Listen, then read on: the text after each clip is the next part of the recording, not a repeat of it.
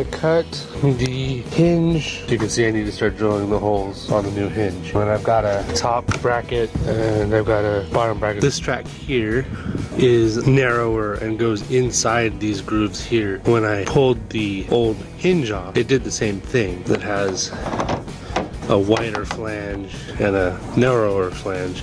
So after much closer examination, I discovered you can cut the old hinges. So there are two separate pieces. I have the top part of the hinge and the bottom part of the hinge here. Now what I found, you can lay the hinges right on top of each other.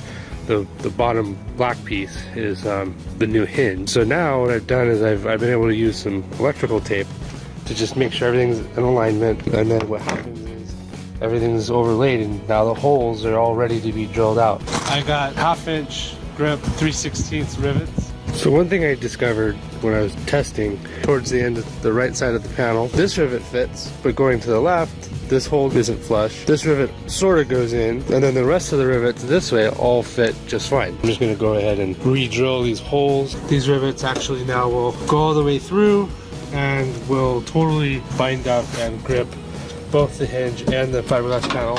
So we should be nice and solid when I go to fasten these. Previous part of the video, I had taped the old hinge on top and I had drilled holes through. That doesn't work well. At this point, what I've done is I measured it, and when I get the rivets through, there's a gap between the piece that's supposed to be flush against the body and the hinge. That's probably because I think this is just a little bit larger. This piece here is actually just a little bit wider than the original hinge, and my placement's off.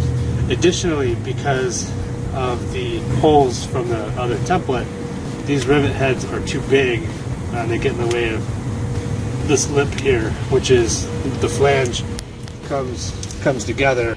My workaround to that's going to be I'm going to put some tack.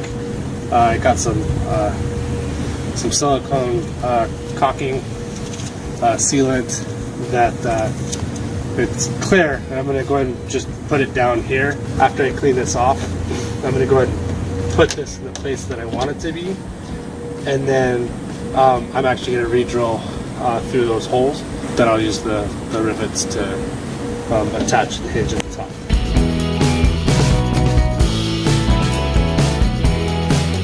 That's cool. You can get a replaceable tip. So I have this Lexol clear elastic sealant. It's good for fiberglass and it dries clear. It's mildew resistant, paintable, and waterproof immediately. It also tacks to anything that's wet. Pop that open. I prepped the receiving side of the body with just removed the excess old sealant and caulking. I just used a plastic scraper. I didn't want to scrape it. I wouldn't recommend using metal because it will mess up the body paint. This is the top of the hinge that goes to the body.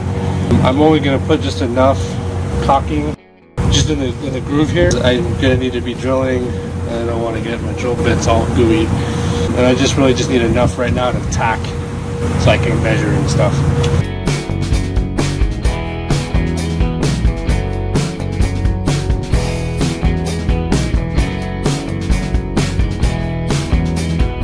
Oh wow, I need more tack. Just get a bunch of bubble gum.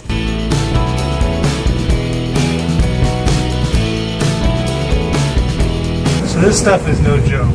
I got blue gloves on because this stuff is like glue. As I showed earlier, I was able to drill and get these holes right using the template.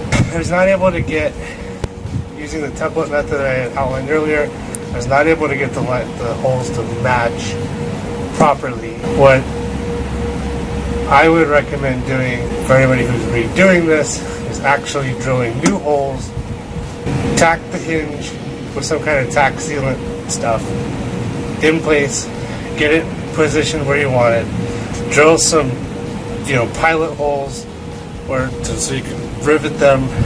Don't use the old holes unless somebody's got a really cool method to figure that part out. I did not do that very well. So I just been drilling new holes now that's, through the plastic PVC hinge into the metal frame of the vehicle, and then I'm just putting the rivets in, and I'm putting 15 rivets in. They had 15 rivets before and all that.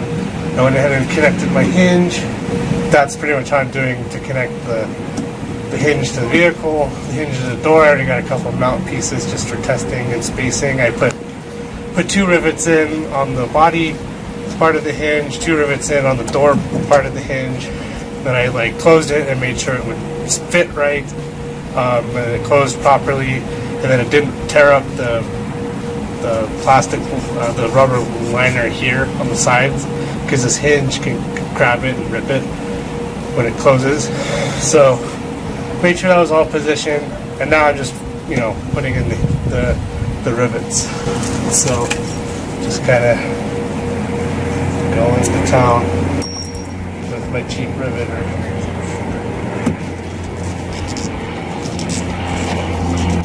So it's completely completed. It's,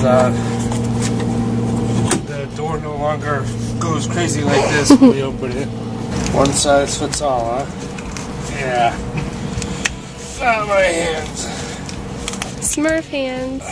Or do Smurfs have white hands? Kevin's about to do RV surgery. If the glove fits, you must acquit. So the door closes and locks.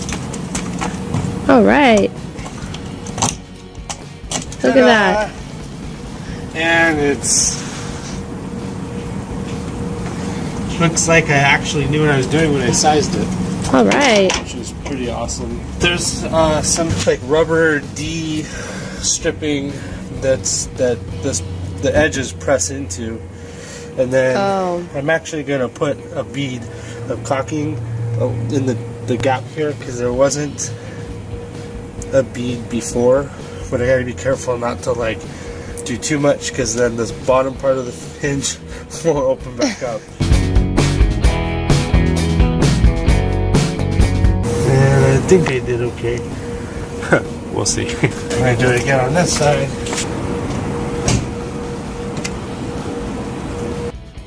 I'm gonna just take this bead of nastiness off so I can actually size it, like do a real proper bead.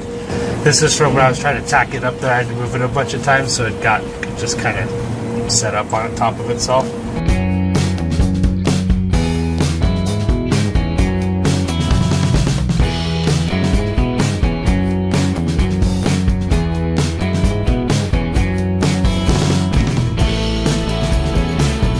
Subscribe if you like RV projects, leave your comments, come back again soon. Thanks for watching.